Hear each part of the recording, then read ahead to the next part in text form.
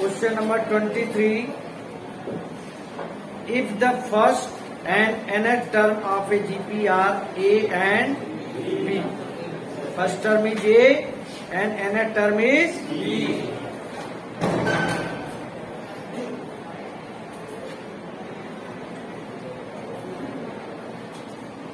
Okay, ये तो दिया है P product of n term. First term is a r square a r cube और एन टर्म क्या होगा. What you have to prove? You have to prove that P square is equal to a b whole power. Calculation है, कुछ नहीं है. सो सबसे बड़ा task है हमारे लिए ये चीज जो दी है इसको हम सॉल्व करके लाते हैं.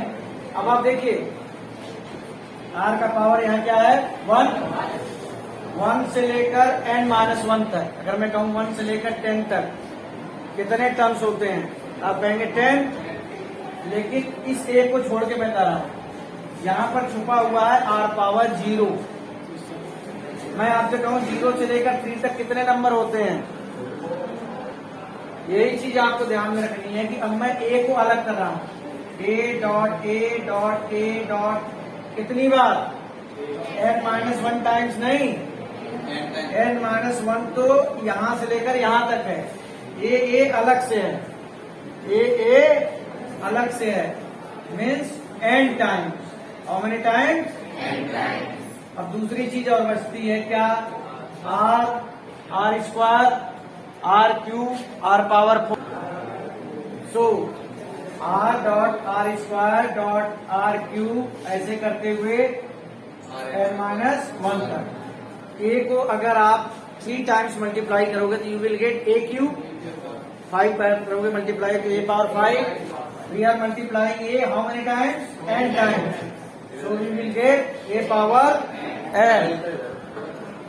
अब इधर एक फार्मूला आपको होना चाहिए पता कि सम ऑफ n नेचुरल नंबर 1 से n तक नेचुरल नंबर का एक फार्मूला होता है और वो होता है n+1 by 2. जैसे कोई आपसे कह दे कि 1 से 100 तक नंबर काउंट करने हैं तो आप एक्चुअल में इसको ये सॉल्व कर लीजिए. You will get your answer. Okay, ये फार्मूला होता है sum of first N natural number is equal to n+1 by 2. तो यहां पर r के पावर क्या हो जाएंगे? 1, यहां नहीं है तो 1 ही तो है. 2, 3 ऐसे करते हुए कहां तक? n-1 टर्म्स तक. कितने टर्म्स तक? यानी इस फार्मूले में n की जगह आप क्या रखेंगे? क्या रखेंगे? 1 से लेकर n-1 तक है ना, n तक नहीं है ना. n की जगह n-1 लिखेंगे. तो रखते हैं r n-1 प्लस 1 और होल अपॉन 2. तो क्या आ गया बेटा? a n-1 and whole upon 2. ये आपका आ गया P. क्या आ गया? P. अब मैं वहां फोकस करूंगा जो मुझे प्रूव करना था. P स्क्वायर निकालिए. n-1 upon 2 whole square. क्या मिलेगा हमें? पावर के ऊपर पावर हो मल्टीप्लाई हो जाता है और यहाँ क्या बचेगा? n-1. ये किसकी वैल्यू है? P स्क्वायर की. इसे आप लेफ्ट हैंड साइड भी कर सकते हैं. अब a b पावर n निकालना है हमें. a b power n. a की जगह a रहने दीजिए, b की जगह आप क्या लिख सकते हैं? a इंटू a क्या हो जाएगा? पावर के ऊपर पावर क्या आ जाएगा? 2n r n ये आपका फर्स्ट है और ये आपका क्या है? फ्रॉम फर्स्ट एंड सेकेंड आपके पास क्या इंफॉर्मेशन आती है? P square is equal to a b power okay.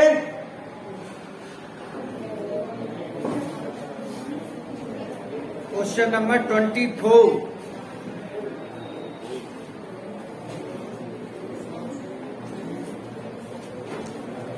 ध्यान से देखिए।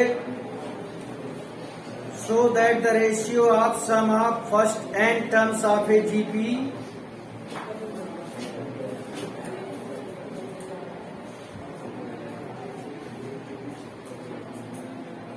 sum of first n terms of a GP to the sum of terms from n plus 1 to 2n, a1 से लेकर an तक का सम निकाला और फिर इसके बाद an के आगे क्या आएगा, an प्लस 1, an प्लस 3 और कहां तक जाना है, इसका रेशियो आ रहा है 1/Rn। ये आपको प्रूव करना। बात समझ में आ गई। सबसे पहले आपको जानकारी होनी चाहिए कि हम लिखेंगे क्या यहां पे, AR स्क्वायर और सबसे लास्ट में क्या आएगा, ARn माइनस, नीचे क्या लिखेंगे, ये पावर माइनस ही तो कर देते हैं, ARn प्लस 1, ARn प्लस, और सबसे लास्ट में क्या लिखिए बताइए, 2n माइनस। ये अब मैं निकाल रहा हूं, लेफ्ट हैंड साइड ले लिया मैंने, इसको कैलकुलेट कर रहा हूं। ओके, ऊपर क्या कॉमन दिख रहा है आपको,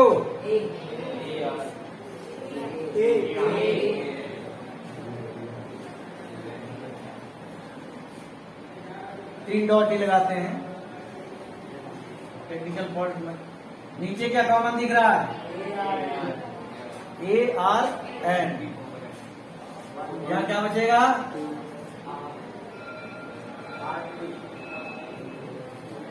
यहां पर देखिए, यहां आपको कंफ्यूजन हो सकता है, AR पावर n आप निकाल चुके हैं, तो AR 2n माइनस 1 का मतलब होता है ये, यही तो होता है। इन दोनों को मल्टीप्लाई कीजिए, पावर प्लस हो जाएंगे। ARn तो आपने बाहर निकाल लिया, तो क्या बचा है,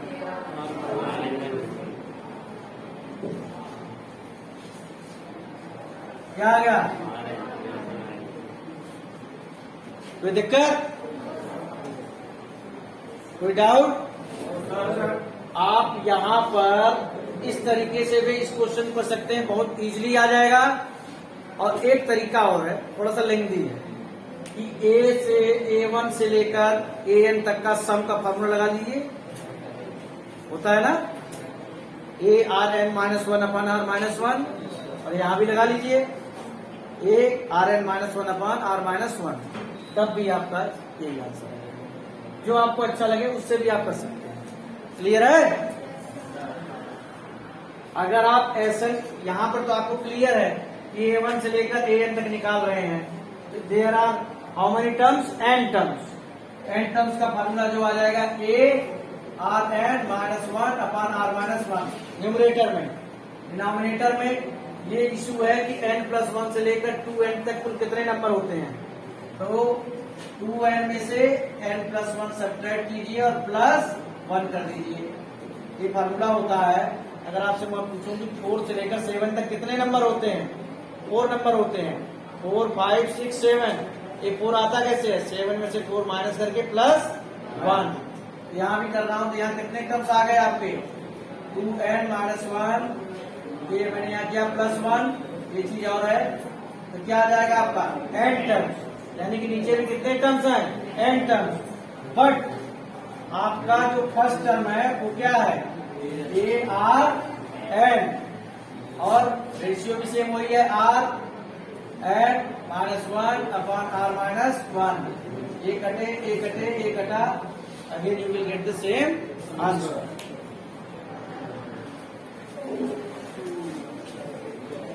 question number 25, if ABCD are in GP, अब कुछ शो करना है आपको, बस आपको मैं इतना हिंट दे देता हूं कि बी को आप मान लेंगे ए आर, फर्स्ट टर्म ए है, बी को आप मान लेंगे ए आर, सी क्या हो जाएगा ए आर और डी क्या हो जाएगा।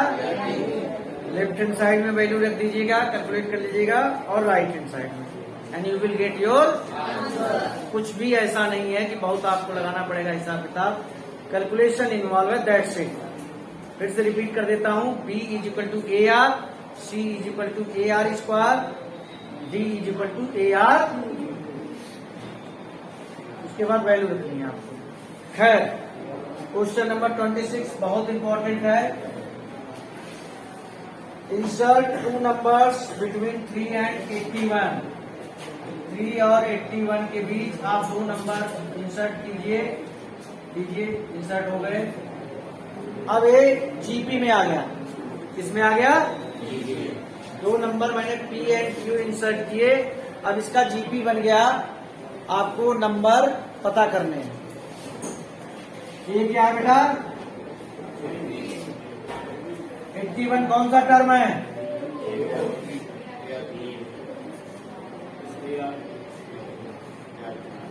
ये की वैल्यू क्या है 3, आर क्यूब क्या हो जाएगा 27, आर क्या गया बी क्या हो जाएगा ए आर,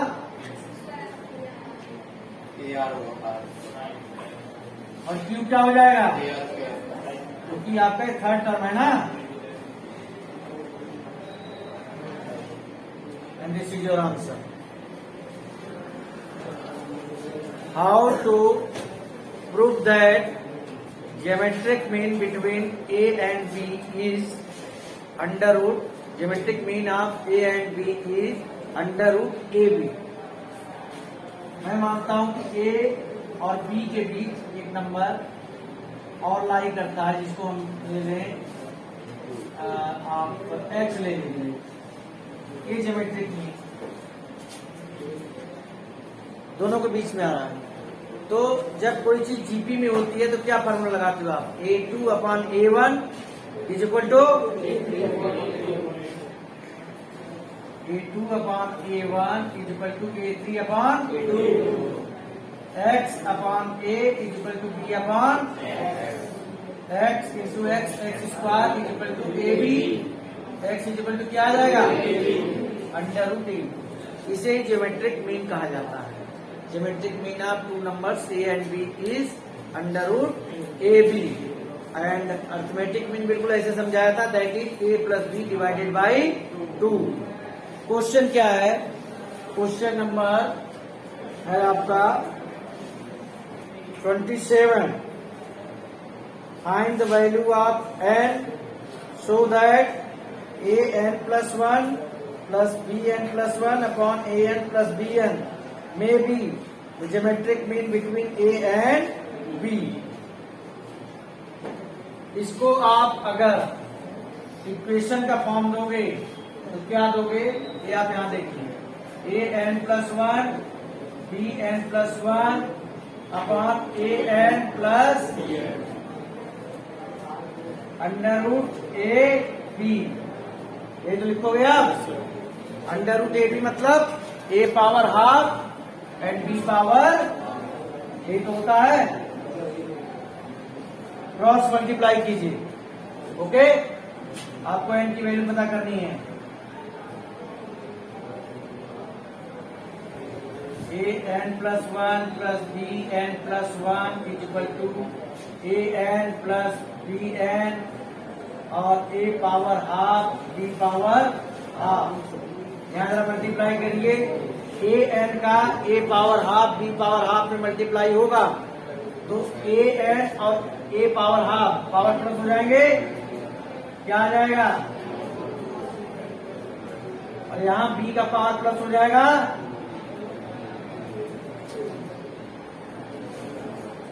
यही तो आएगा। अब इधर क्या है, A N plus 1 B N plus 1।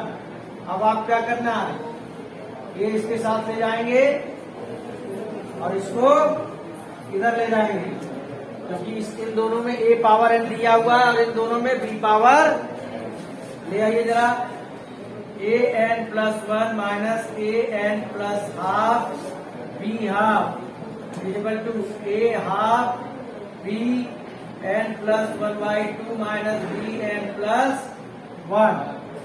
अब आप ध्यान से देखिए, ए एन प्लस 1 का मतलब होता है A N plus half plus half.